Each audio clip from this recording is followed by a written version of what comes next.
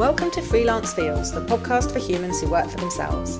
This episode, I talked to leadership coach Sue Belton. Sue swapped life in news broadcasting and documentary making for coaching. She talks about anxiety and depression and how that led to voluntary redundancy and moving to the freelance life. We talk about working through your relationship with money as a freelancer and how a buffer can buy you more than just paying the bills. She also has great advice on building your buffer too. Talking about the work word of the moment, pivoting, as well as the dream of a portfolio career, we go into values, what they mean and how to try and define yours. Sue's book, Change Your Life in 5, is out now.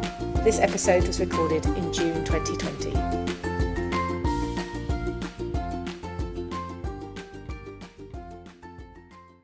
Welcome to Freelance Feels, the podcast for humans who work for themselves. I am chatting today to Sue Belton. Hi Sue, how are you doing? I'm very good actually today. Nice to connect. We're chatting on Zoom, sort of early June. I keep date checking everything so that people listen future life. They will know when we were chatting. But can you introduce what your freelance is? What do you do? What does freelance mean to you? Well, my freelance is I'm a leadership and life coach and have been for 12 years. So I generally work with private clients. I work with really ambitious professional people who are at that point in their life where they just lost their mojo. They don't love what they do anymore. They don't know why, and they don't know what to do about it. Yeah. So those people who that is happening a lot right now with the COVID situation. And the executive clients and my corporate clients are the same personality, the same people, but they secretly often feel that underneath the surface. So bosses don't generally know, but they secretly feel that, a lot of them. But we work on like emotional intelligence and leadership skills to step up and be nicer, more human leaders. Brilliant. And is it quite a mixture of you'll go in, are you that mix of kind of, you're on contract with perhaps a couple of corporates and then you have one-on-one stuff, so you're mixing, it's almost like two freelance lives in a way, isn't it? Kind of that, I have that a bit with working for a magazine and then doing my own stuff. Do you have that blend? Well, it's 3 actually, because I also mentor coaches coming through their training and setting up their businesses. Oh, brilliant. So I have 3 freelancers. 3 freelancers, yeah. You got to have fingers in pies. 3. My friend is a coach at the London Business School, and she said it's like a 3-legged stool. You've got to have 3 legs at least, because if one goes. Have you always been self-employed then? You mentioned that you've been a coach quite a while, but what was your journey to becoming a self-employed freelance businesswoman? No, I was a journalist too. Oh, I did not know that. Yeah. Ah, you moved from the dark side. Yeah, I definitely moved from the dark side. Kept that well hidden. Yeah, keep my journalist head well hidden.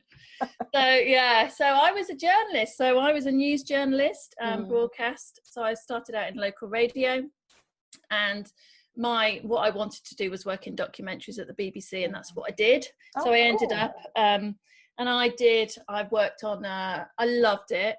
I worked on a program called Jailbirds. I hated the title, not my title, hate that title, but was fascinating. So I spent 6 months in a women's prison. Oh my goodness. That was the most fascinating gig.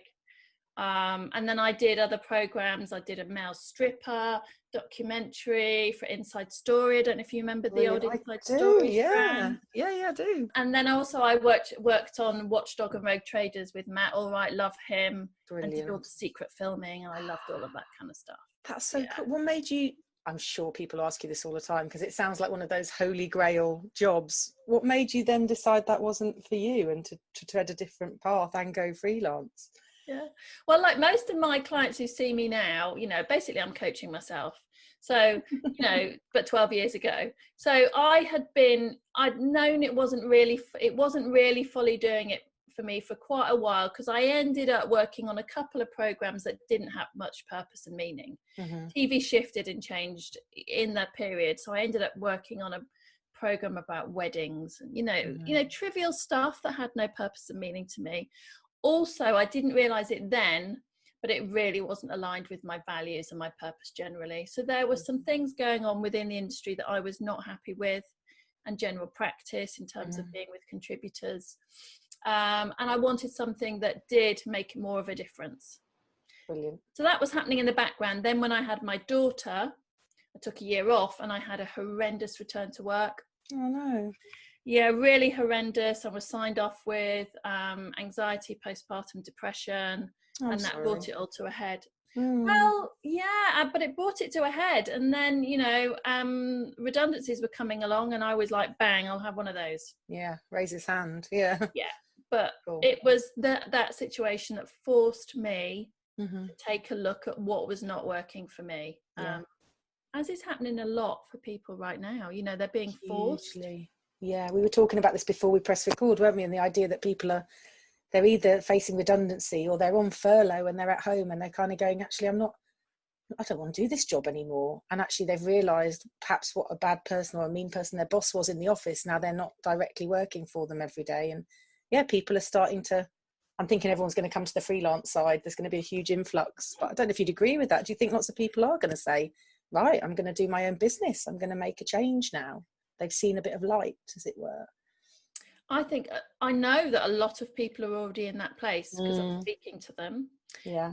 And generally it is people that have made the compromise along the way or felt they had to make the compromise. So they just followed the same old route, what their parents wanted for them or they thought they should do, they couldn't do. And so it's just not fitting who they are now as a 35, 40 plus person. Yeah. And they do, I know people that want redundancy. Yeah. They don't want to go back. Yeah, they don't want to go back. They want to spend time with their kids and they want to do something with more meaning. And this time has made them face up to it. Yeah, it's really, really interesting. It's funny because I think people do see freelancing, I use that phrase holy grail again, but as an idea where it's like it is very freeing. But yeah, there are people who are realising that they can get home for bedtime or even dinner time with the kids, because if you work from home, you don't commute generally. You might do if you perhaps go in on contracts or something. There are anomalies, aren't there? But yeah, they're seeing a different work-life balance. Is that something that's been true for you as well, having gone from full-time job as in-house to full-time freelance? Have you noticed that as well as being a mum and having time with your daughter? Well, it was a big part of the decision because the thing that created the horrendous return to work was I was running home as I would do to go and see my daughter. And she was just 2. She was on, long story, but the childcare didn't work out as it should. And my mother-in-law was looking after her. I walked through the door and I saw my daughter there, all red and floppy, on my mother-in-law's knees. Oh, gosh. And I was like... Is she unwell? Yeah, she was unwell, but it was like a really visceral reaction in me that was like, no, this is not right. I wanted to be there. I wanted to bring her up. That was what worked for me and what I wanted. And I knew that I could not have that while still working at TV. So I was in this place that a lot of people are in now. I know I don't want this, but I don't know what I do want. Yeah. How did you jump to what you did want? What then happened next for you? It wasn't a jump, it was more of a crawl. It was a crawl. It was a painful crawl, being signed off medication, crawl. Lots of Sauvignon Blanc was consumed. A fine seriously. Choice. Yeah. In that period, and my relationship with my daughter's father was really in a bad way as well. It was a crawl. But what did it was when I, by chance, met a former BBC TV producer turned life coach, which back then, 12 years ago, was quite a weird, it wasn't known about. Yeah, it had this sort of almost wacky notion to it, didn't it, coaching? It was kind of like, well, why would you do, what is coaching? What does it even mean? Yeah, it wasn't as well recognised, I don't think, 10, 12 years ago. And there are still some people, I think, that do have that slight image of it, but it's definitely more, I'd say, way more mainstream than it was a decade ago. Much more. And so as a journalist, I did due diligence, I researched and I looked into loads of courses, went on some awful ones, found an interesting coach training, had a session with a coach who worked for them, with a woman called Judy Rich, who's now a dear friend. And within that, she, over the phone, 45 minutes, she took me from a pretty desperate place to a place of feeling there was hope, but most importantly for me, that I did have a choice and I could change things in my life, because I didn't feel that at the time. And then what made you decide?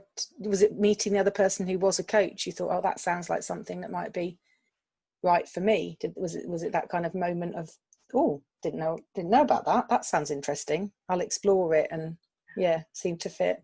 Well, it was just like, God, this I won't swear, this stuff this stuff is gold. Yeah, you're right, actually. And it's kind of, journalism doesn't pay well. Anybody who listens to Freelance Feels and knows journalism as a trade is like, you don't get into journalism because you want a mansion and 5 Porsches. You do it, there are some people, but you do it because you love journalism. But there gets a point with any job where if it's not amazingly well paid, you look for something that might be well paid because you want a certain quality of life, don't you? So it's funny, isn't it? I guess that's made me think of the fact that it's often I think people go freelance, or they think they should go freelance because it's going to be really philanthropic and really like, oh, I'll work for myself and I'll only have 1 pair of shoes forever because I'll be free. And it's like, no, you still want to earn money when you're freelance. Like, it's still valid to want to get the cash as well as have the flexibility, isn't it? Oh God, and for me it was a matter of survival, because I left my daughter's father during my training. There was no question I had to earn some money. Mm-hmm. So that drove you on. Yeah, that's one of the things that comes up a lot, actually. And I was going to ask you, like, what do you sort of feel the feels of freelance life? And I guess putting money in the bank and food on the table is a huge feel, isn't it? That's one of the biggest things for me. Is it the same for you? Yeah, absolutely. And as you know, and I know you've talked about, it's very up and down, and it can have its pros and it can have its cons. And I've worked through my money issues. I think it's really important to work through, either the lack mindset, the poverty mindset, the abundance, all these kind of words. But it's really important to work through your relationship with money. Yeah. And have a buffer. Yes. And I have not always had buffers. Trust me. But what the buffer does, as well as make you feel good, is it has you not be operating from a place of fear. So making rash decisions or wrong decisions, or just stay in that hamster wheel, which you might as well just have a salary if you're going to do that. You know what I mean? Yeah, you're so right. It's funny, someone else I spoke to for another feature earlier today was saying, try and have a buffer. And then we always caveat it, or if I ever say, I say, look, I understand that some people are starting from a point of nothing, sudden redundancy, for example, but you can still try and build up the buffer, can't you? You can still at least put your tax money aside, and perhaps, that's your buffer, or, there's something. But it is wise to try and consider it, because like you say, it's not even having the money that matters. It's what it affords you in terms of your headspace and your ability to contact someone, because you're not worrying about money because you're sending an email instead of chasing that invoice. That's the difference, isn't it? Yeah, and I think people can sniff it a mile off. Yeah, they can kind of, that desperation of, hello, just checking in to see if you want my idea that I sent 5 minutes ago. That's not always ideal, is it? No. It's an energy you give off. If you've got a buffer, you've got a different energy. That's right. Would you have any advice for people of how they might build up a buffer if they're sort of thinking, oh, I'm not paid very much and I'm new, and it's all right for those people with a buffer to say build a buffer or whatever? What kind of advice would you have for somebody in that respect? The biggest thing is to seriously look at your spending. Monitor your spending. There's loads of apps now that help you do it, but monitor the small stuff. I mean, what I have really noticed, and I'm seriously thinking about, is by working from home, working on Zoom. So I'm coaching people virtually. I've always done a split, but I also coach in town. I've got coaching rooms in Wimpole Street and St Paul, so 2 locations. And my coaching rooms are open now. So I could go in, but I'm not, because of personal safety. But also I think, why would I firstly spend 3 hours round trip? Secondly, the money, tube is not cheap. The lunches, the coffees. Oh, the coffees. Coffees. Like, I'm not in my overdraft for the first time in about 25 years. And the main thing is, like, it doesn't say prep on my bank statement. There's your buffer, prep. Yeah, Prep's your buffer. Yeah, it's really good advice. Watch your spending, definitely. It's not about the money coming in, is it? No, it's more the money going out. Yeah, great advice. So people should perhaps look at, I guess you could on bill comparison websites and get better deals and that kind of thing. And I think all that, but I do think it's like you've just said, the Pret. If you just cut one thing, and it's a small thing, and watch it add up. Seriously. I challenge everyone who's listening, do your smart. I mean, I guess COVID's weird because it has been like some kind of weird savings scheme. where I haven't been able to spend, literally supermarket shop and one pair of saltwater sandals, whoops, but they weren't in the sale. But it's like, yeah, there's just been nothing. And normally I'd be eating out 3 times a week, prep coffee every morning on my way to a meeting or something. And then, yeah, suddenly you spent 10 quid on coffee and pastry and a salmon sandwich, you know. Yeah. Brilliant advice. I love it. That's really cool. Yeah, so anyone who wants a buffer, there's your advice. Just stop Starbucks. That's it. Yeah, yeah. Stop the coffee. I stopped Starbucks, I tell you, yeah. And you suddenly realise how much you would have spent. It is, yeah. And you can get a nice coffee at home. Like you can get a nice cafetiere or something. You don't have to have crap instant coffee just because you're not getting it from the place around the corner. Do you come across a lot of self-employed people in your work? Or do you coach a lot of self-employed people as well as people in corporates? Is it often people who are looking to make a change in their self-employed life and they've come across a bit of a block? I wondered what work you do in that respect with self-employed people. Well, this is the bit that I've really noticed a difference in since COVID. So I'm a member of a women's network, a women's club called Albright, which is all women founders, freelancers. There's some full-time employed, but not many. And since joining that, so I've been a member over a year and I'm just doing courses with them. And obviously since COVID, I've really noticed more and more people who are freelance now wanting to, the hot new sexy word is pivot. Yes. Pivot their career. Pivot. Yeah, so pivot. It's pivot your career. Yeah, pivot. So before about a year ago, I would say I mainly worked with people who were employed, and that is what's shifting. Really? That is what's shifting, because there's a whole other generation. I'm 48, so now a lot of people are early 30s. It's normal to be freelance and to be self-employed. Yeah, it is shifting and changing, as you'll know. Yeah. So more and more, I would say yes. That's interesting. Because I guess just because you find your self-employed niche, it doesn't mean it's always going to work for you. And also, especially at the moment, you can't rely on having, like you said at the very beginning, you've got to have a few people you're working with or a few strands of different lines to your business, because otherwise, if one dries up, you're screwed, basically. You're just like, well, you can't have all your eggs in one basket, generally, anyway. But yeah, the idea of freelancers, I guess they're probably looking for new income streams and perhaps new challenges as well. Is it that they've got to a point where they've realised they're not as in love with whatever their freelance was as they were pre-lockdown? Yeah, and it's also, like you say, it's the portfolio career thing. So I work with so many people who want it, but also realise that that's what they need to do. Yeah. And there's going to be plenty of industries, plenty of businesses, plenty of types of industries that spring up in this and in response to COVID, because we're never going to go back fully to what it was. It's a different landscape already. Yeah, I completely agree with you. It's exciting as well, isn't it, in a way? I guess that's one of the good things about being freelance, is you can turn around and say, okay, well, I'm not going to ask the boss if I can have 2 weeks off to focus on. I'm sure lots of people are like, I'll start a podcast, start a newsletter. If you're freelance, you can say, well, if I can find the time, I can teach myself to do that. You don't suddenly have to ask for, can I have Fridays to do my podcast from the boss, because you can manage your own time. So there is that wonderful flip side of the flexibility and that perhaps not getting paid on time every time, that you can say, right, well, I will pivot then, I will dabble. How would you say, if people are dabbling and pivoting, what might be like the first steps to take? I guess coaching is a perfect first step, because if they're not sure, they need to check in with someone like you and sort of say, help, I want to pivot, but I don't know. Well, yeah, no, I am getting a lot of people, because I was talking to you before, I've just designed a 1-day session, which is that, is where you get, what's really important is that you don't just jump from one thing just into anything just to pay the bills, because then you're kind of going out of the fire into the frying pan, or is it the other way around? Either, yeah. Fire pan. Because either way, you're hot and bothered, and it's that and that. And what's really good is to really get clear on a vision, what you really truly want to do, and what your values are. So do some work around that, and get clear on that, and not let fear get in the way. And often we have unconscious fears, limiting beliefs that tell us what we should do, can't do, that we really need to identify.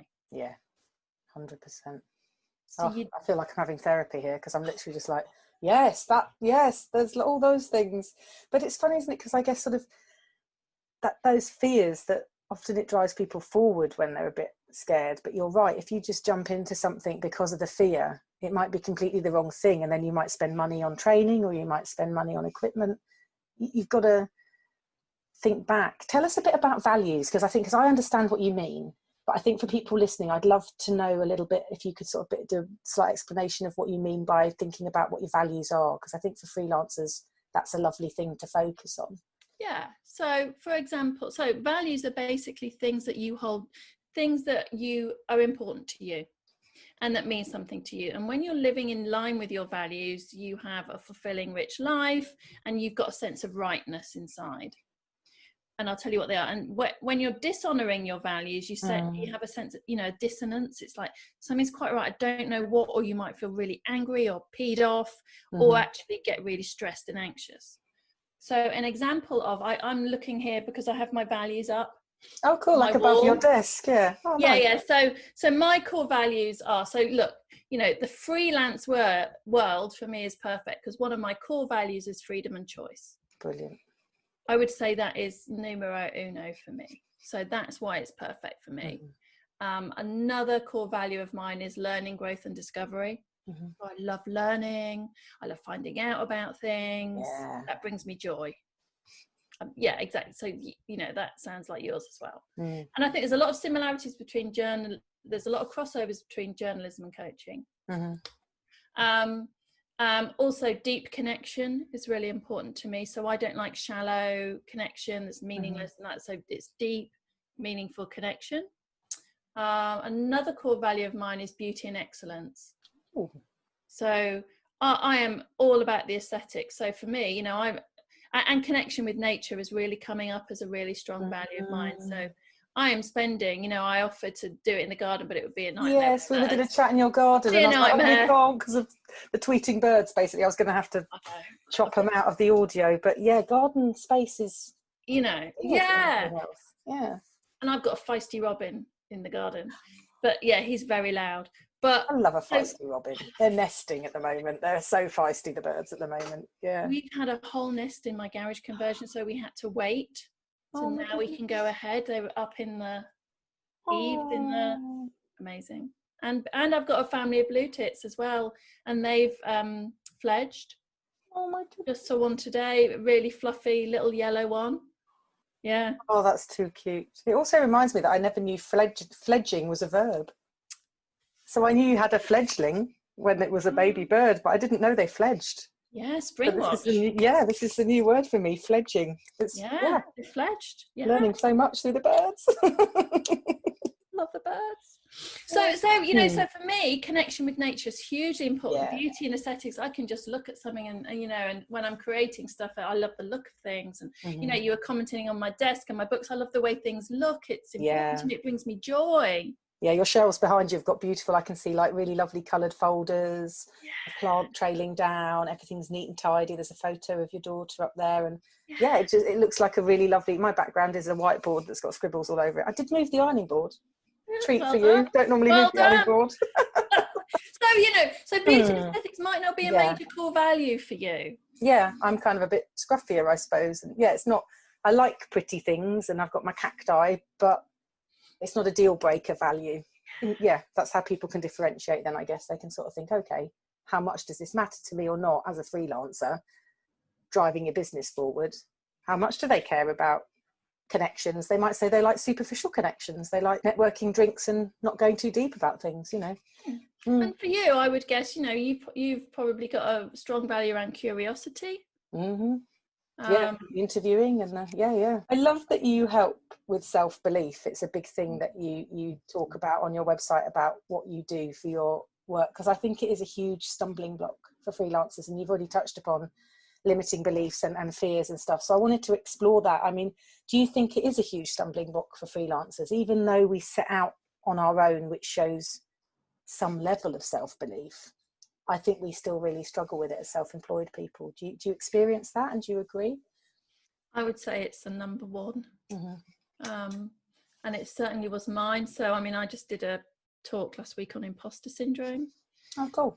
To a group of 89 women, and 99% of them identified. And so in terms of self-belief and imposter syndrome is slightly different. So imposter syndrome is the extreme version. It's when you have an intense feeling of not being good enough despite the evidence. Yeah. It's like not counting the evidence, not remembering the evidence. And that's certainly my story. And I would say self-belief is the huge thing. And that comes from childhood, if you had a pushy parent, or nothing was ever good enough kind of parent, or lots of different things, but it comes from something known as conditions of worth. So what you had to do or achieve in order to be accepted or belong. And of course, all of us have that. Yeah. I mean, I don't know many people who have full-on self-belief. And you may influencers that you see on Instagram who seem to have it. Well, no, that's absolute bullshit, because I would say they have, when you look at those full-on glossy Insta girls, I would say they probably have very low self-belief. And that's why they need to do that to get some, but it's not real. Unless you do the work on yourself and internal work, you're going to be always looking for that external validation. Yeah. So I would probably say they're the least likely to have it. Yeah, that's interesting. And it's funny, isn't it? Because I guess as well as a freelancer, you've got to have certain belief to keep going, keep reaching out to clients and stuff. But yeah, I mean, we've all been in a position, I think, where I might send an email and think, oh, I hope this person wants to read this email. You still send it and it's still got information that I want to impart or a pitch, but at the same time, I sort of don't quite believe in what I'm pitching out to somebody, or I don't quite believe in myself that day. Do the freelancers you work with sort of express similar stuff where they're like, oh, I'm going to plod on with it all, but I don't really believe in what I'm even doing at the moment? Yeah, it's called being human. Oh. So all the freelancers can relax. It's okay. We're all in the same boat though, aren't we? We're all welcome to the human race, Jenny. Yeah. We're all human. Everyone has it. Seriously, I've worked with some guys who on the outside you just think, oh my God, hardcore. Wow. Seriously. Yeah. Low self-belief. And that can also be a driver, and not a very healthy one in extreme, especially the imposter, full on. If you've got really low self-esteem and you feel the need to prove yourself, that's what heads for burnout, the whole lot, Yeah. That's really interesting, because at the moment that's such a risk as well, isn't it? When everything else is going on in our lives around us because of lockdown and COVID, you risk burnout. You're going to be in trouble because you've got to try and keep your head above water even more than normal. I'm hearing about people, because there are no natural boundaries of getting to work, going here. They're getting up and they're going straight to their desk and they're there all day. Oh my goodness. And they're not even getting up. They're getting up maybe to make a drink or something. But apart from that, God, that's so worrying. Because they'd have their commute time. You'd have that time at the water cooler, or you'd have that time out for lunch, or you might have meetings in different rooms with different people. Nothing. God, it's really worrying. At least as freelancers, I guess we can have a bit more flexibility in that respect. But well, you're used to it. I'm used to working from home, so I know I need to work in blocks and breaks and go and sit in my garden. I know I need to connect with a friend, because I burnt out really early on. I literally ended up on the floor early on in my early days. I've gone through all of that and I've had to teach myself. Yeah. But there's a lot of people now that are not used to working from home.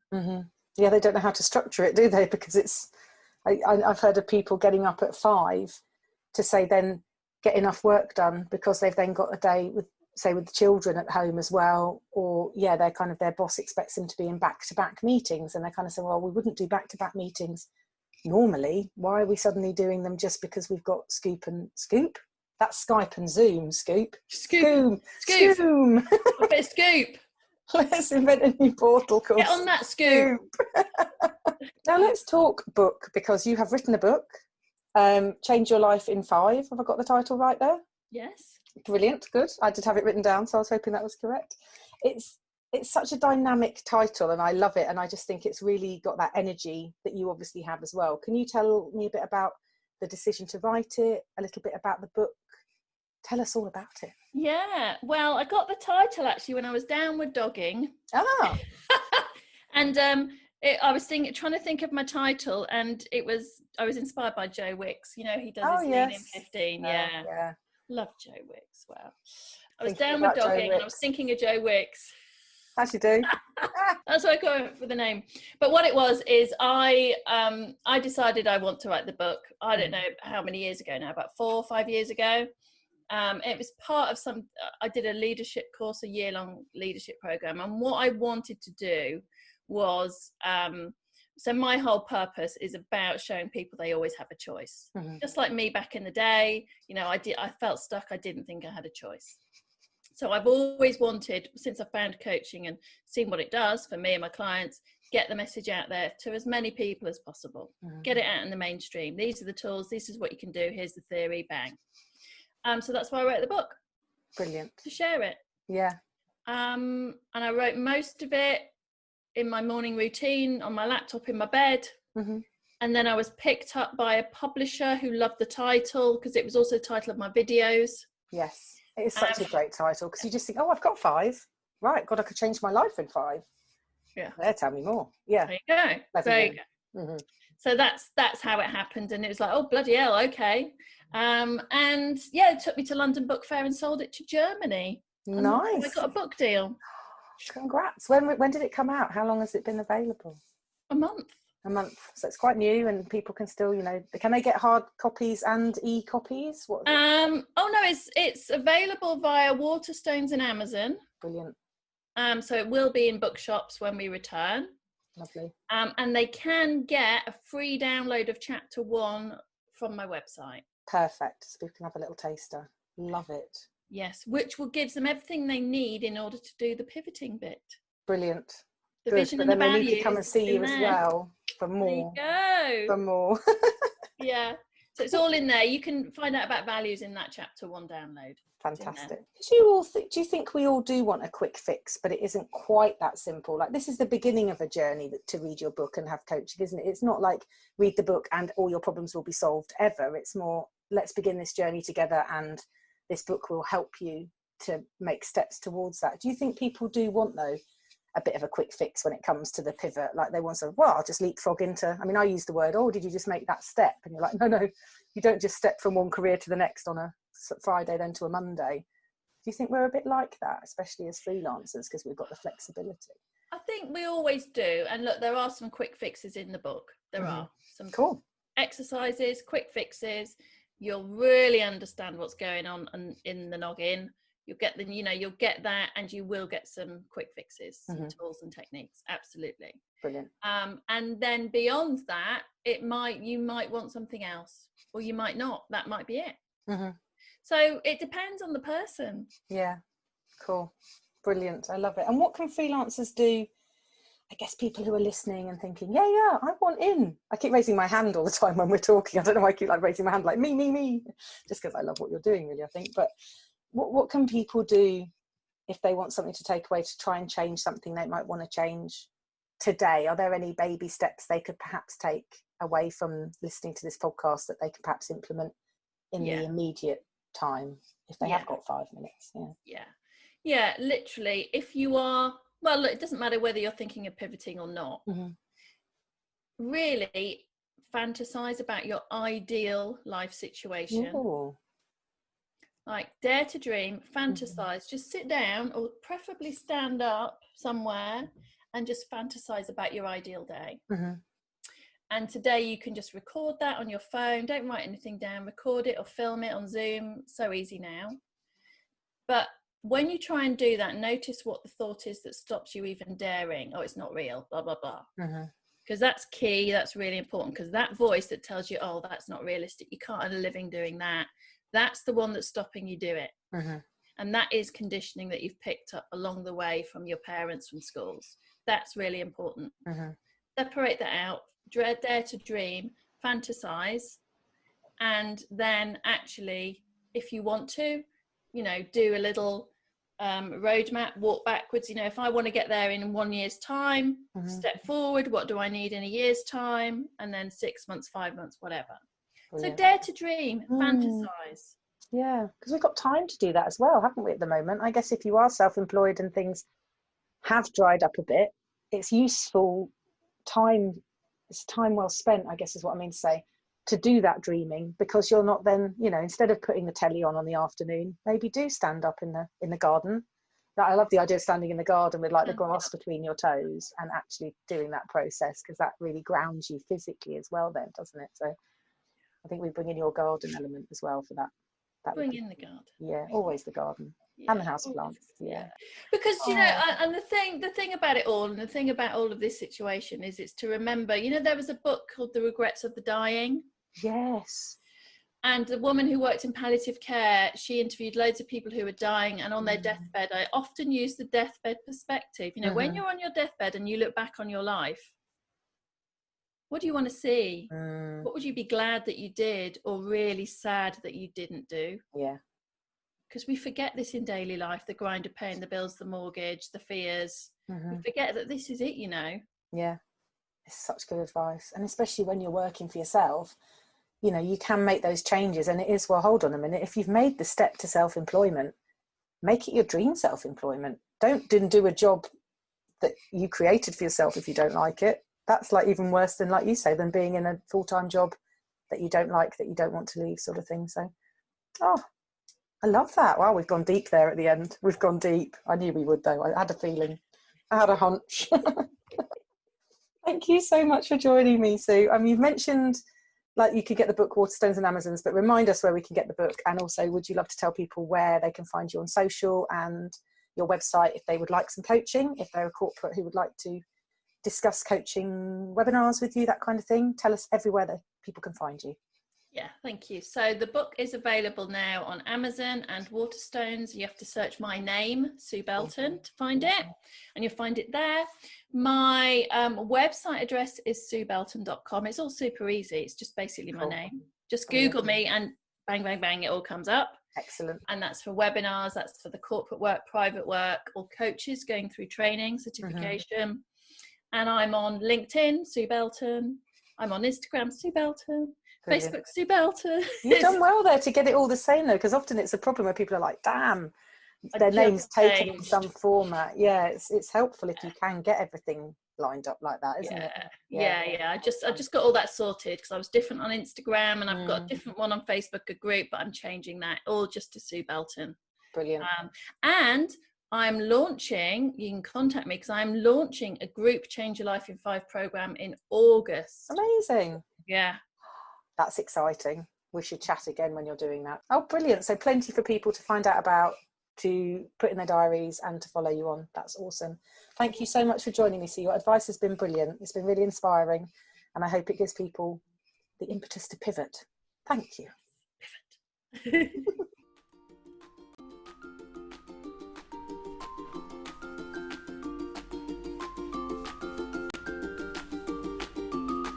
Thank you for listening to Freelance Feels, the podcast for humans who work for themselves. I hope you've enjoyed this episode, and if you have, you can rate and review it on Apple Podcasts and follow for future episodes. You can find more about Freelance Feels at freelancefeels.com and more of my work at jennystallard.com. Freelance Feels also has a monthly newsletter which you can sign up to at freelancefeels.substack.com, and for daily updates follow on Instagram and Twitter at freelance_feels.